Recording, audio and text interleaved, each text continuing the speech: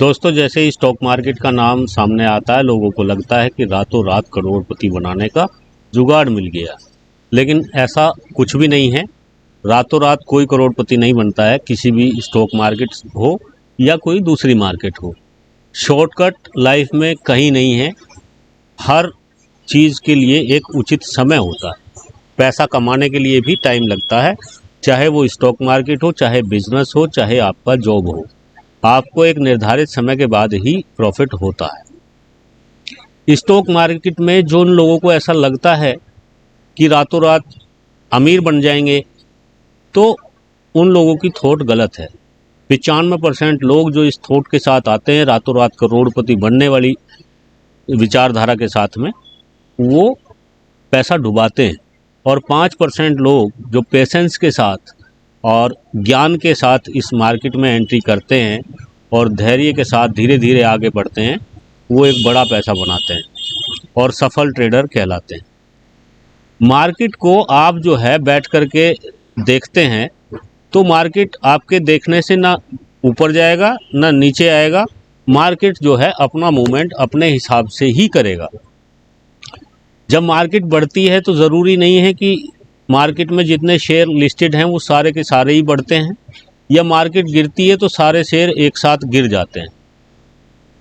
कुछ न्यूज़ होती हैं, कुछ इवेंट होते हैं जिनके कारण से मार्केट में करेक्शन होते हैं, या फिर जो है किसी स्टॉक का रेट बहुत ज़्यादा ऊपर चला गया है तो उसको भी मार्केट जो है करेक्शन करती है और ऊपर नीचे भाव होते रहते हैं। जैसा कि कल हमने जो है टाटा केमिकल्स का जो है रिव्यू भी किया था, चार्ट भी देखा था और बताया भी था कि अभी इसमें जो है बहुत ज़्यादा कोई मूवमेंट दिख नहीं रहा है। हालांकि अगर उसका पिछले 2 साल का देखें सिनेरियो तो 2 साल से अप मूवमेंट की तरफ शेयर है, लेकिन सेक्टर में उतनी तेज़ी नहीं है जितनी होनी चाहिए थी। तो ये आपके सामने टाटा केमिकल का आज का लेटेस्ट चार्ट है, 15 मिनट पे लगा हुआ है। तो आप देख सकते हैं लगभग वहीं उसी रेंज में 2, 4, 5 रुपये ऊपर नीचे करके शेयर घूम रहा है। तो एकदम से किसी भी शेयर में न तेज़ी आती न गिरावट आती है। और यदि गिरावट आई भी है तो देखो यहाँ अगर आप देखेंगे कि ये एक गिरावट थी तो इसके बाद एक अप मूवमेंट भी था, फिर गिरावट थी, फिर मूवमेंट था, फिर थोड़ा सा जो है एक जगह रुका, स्थिरता आई, फिर धीरे धीरे करके ऊपर गया, नीचे आया, फिर गया ऊपर, फिर नीचे आया, और ऐसे ही जो है ऊपर और नीचे का मूवमेंट चलता रहता है। और लॉन्ग टर्म में यदि आप इस चार्ट को देखेंगे तो आपको दिखेगा कि ये ऊपर की तरफ गया है। तो इसी तरीके से सारी मूवमेंट होती हैं और सारी मार्केट काम करती हैं। अब यदि हम बात करें इंडेक्स की तो निफ्टी 50 इंडेक्स जो है उसकी एक कंपनी है टाटा कंसल्टेंसी। और यदि हम इसका 10 साल का सिनेरियो चेक करें तो बीच में 2 साल का पीरियड एक ऐसा भी गया है जिसमें केवल 1.2% की ही जो है इसने ग्रोथ पूरे साल में दिखाई है। 2 साल पहले का ये चार्ट है। अब देखो 2 साल तक इस स्टॉक में कोई मूवमेंट नहीं है, लेकिन उसके बाद ये एक ही साल में 16% प्लस में जो है वो रिटर्न देता है। 6 महीने की बात करें तो 14% रिटर्न, 3 महीने की बात करें तो 7%, और 1 महीने की बात करें तो 7% प्लस, और पिछले हफ्ते की बात करें तो 1.7% डाउन। तो इस तरीके के मूवमेंट आते हैं, लेकिन इन मूवमेंट्स को देख करके आपको घबराना नहीं है। आपको देखना है कंपनी काम कैसे कर रही है, कंपनी का जो रेशियो है वो किस तरीके से चल रहा है, साल दर साल उसमें जो है बढ़ोतरी हो रही है नहीं हो रही है। तो यदि आप टीसीएस का भी देखेंगे तो 2015 में जो है 40%, 16 में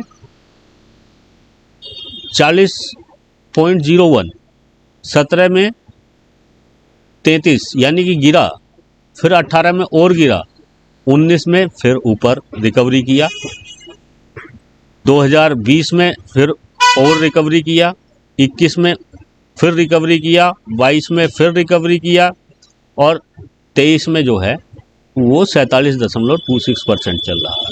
यानी कि उतार चढ़ाव के दौर जो हैं वो साल दर साल चलते रहते हैं, कोई बढ़ता है कोई गिरता है, लेकिन ओवरऑल जब इनकी परफॉर्मेंस कंटिन्यूअसली कंसिस्टेंसी में बढ़ती है तो वो स्टॉक आपको ऊपर लेके जाते हैं, प्रॉफिट देते हैं।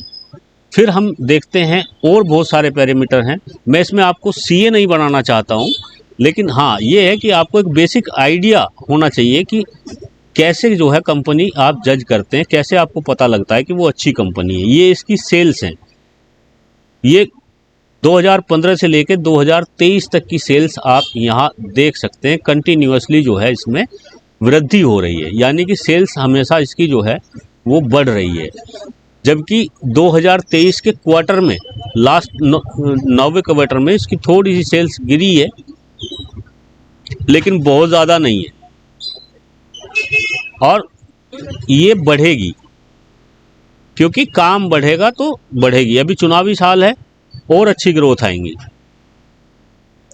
ये चीज़ें आपने को देखनी होती हैं। ये रेड वाला जो पोर्शन है ये भी आपको देखना चाहिए कि कितना घट बढ़ रहा है। इसी तरीके से इसके कैश फ्लो जो हैं वो भी बढ़ते जा रहे हैं, खर्चे जो हैं वो भी बढ़ेंगे। जब काम बढ़ेगा तो खर्चे भी बढ़ेंगे।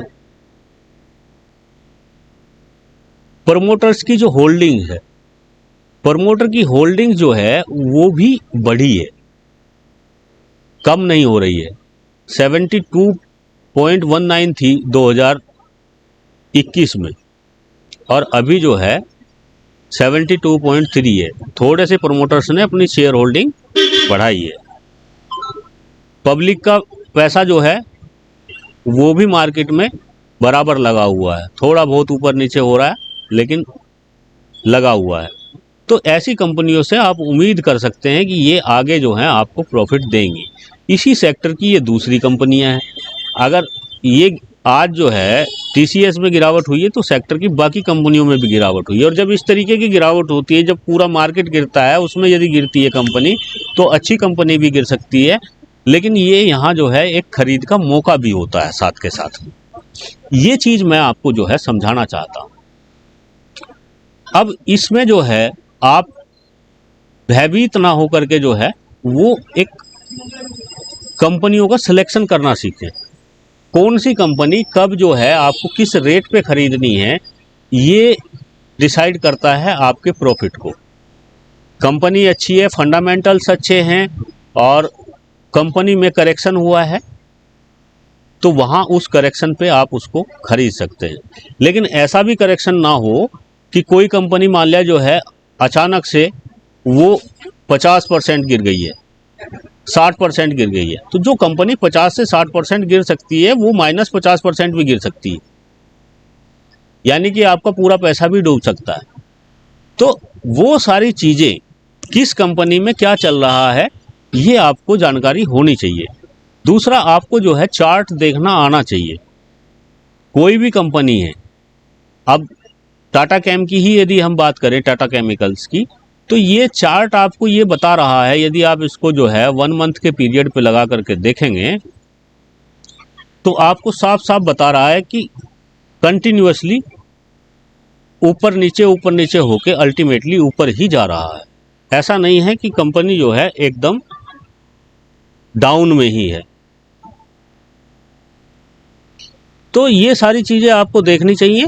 और कैसे चार्ट देखा जाता है, चार्ट में क्या क्या चीज़ें देखी जाती हैं, वो चीज़ें हम डिस्कस करेंगे 1 बाय 1 करके। और नेक्स्ट वीडियो में हम आपको एक चार्ट पैटर्न भी बताएंगे कि किस चार्ट पैटर्न के हिसाब से आपको मूवमेंट ट्रैक करनी चाहिए और चार्ट जो है कितने टाइम फ्रेम पे कब आपको देखना चाहिए।